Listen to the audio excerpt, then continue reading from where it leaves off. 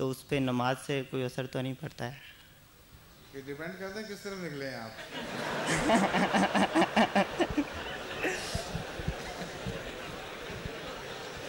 مثلا اگر تو خدا کی طرف سے نکلے پھر کوئی فرق نہیں پڑتا. ٹھیک ہے. اگر دنیا کی طرف نکل گئے ہیں تو پھر تو فرق پڑے گا. تسبیح کے نقطۂ نگاہ سے کہ کائنات ایسے بڑھتی جا رہی ہے, کائنات تسبیح کے نگاہ سے کائنات کتنا وسیع ہوتی جا رہی ہے, مزید مینٹل پکچر کے حساب سے خدا کی طرف دماغ نکلتا ہے تو کوئی حرج نہیں ہے, محفوظ ہے. دوسری طرف نہ نکلنے دیا کریں. ٹھیک ہے. مگر پھر بھی انسان ہے, کمزوری ہو جاتی ہے. اس کا یہ مطلب تو نہیں کہ ہر انسان توجہ ہمیشہ قائم رکھ سکتا ہے. بعض بار ایک خیال آتا ہے, اس سے بھٹکتے بھٹکتے آدمی کہیں اور پہنچ جاتا ہے, پھر کوشش کر کے واپس لانا پڑتا ہے. تو یہ جد و جہد ہے, استغفار کر لینا چاہیے اور وہم میں نہیں مبتلا ہونا چاہیے. ہمیشہ کوشش کرتے رہنا چاہیے کہ توجہ ہمیشہ خدا کی طرف رہے. اور اس کے باوجود جو انسان سے غلطیاں ہو جاتی ہیں اللہ معاف فرما دیتا ہے. جزاک اللہ. آگے ختم ہو گئی مجلس, آج تو جلدی ختم ہو گئی ہے.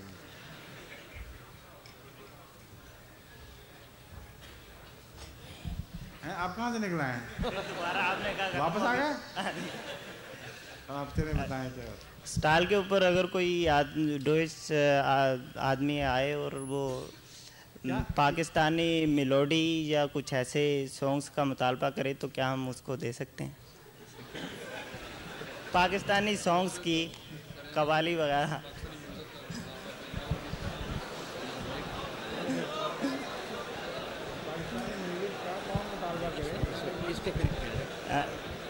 مثلا یہ قوال ہیں پاکستان کے نصرت فتح علی, اس نے ڈیمانڈ کیا کہ مجھے یہ چاہیے ہیں.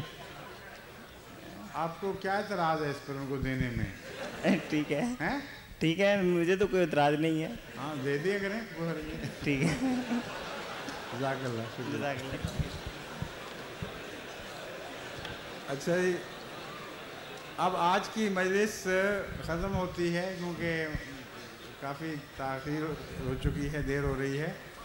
ویسے آپ لوگوں کے ساتھ مجلس کا بڑا لطف آتا ہے بیٹھنے کا, زیادہ وقت ہو تو زیادہ اچھا ہے.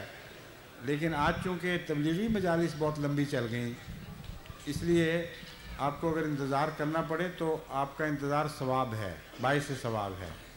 کیونکہ بہت اچھی تبلیغی مجلسیں مختلف قوموں کے ساتھ چل رہی تھیں. اس لیے اگرچہ آپ کو تکلیف تو ہوئی ہوگی دیر کی وجہ سے, لیکن آپ اس بات پر اطمینان رکھیں کہ اللہ تعالیٰ اس تکلیف کی آپ کو جزا دے گا, کیونکہ میں خدا کے کام ہی میں مصروف تھا اور اس کی وجہ سے آپ کو انتظار کرنا پڑا.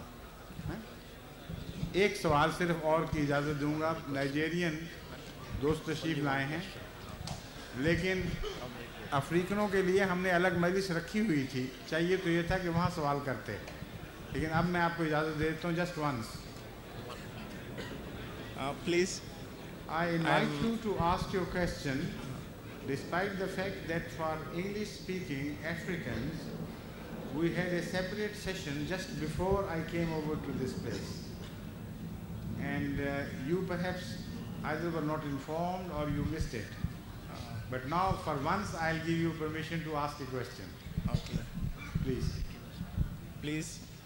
I am Ahmed Ismail from Ghana, and I would like to know from Islamic point of view if smoking is a sin or not.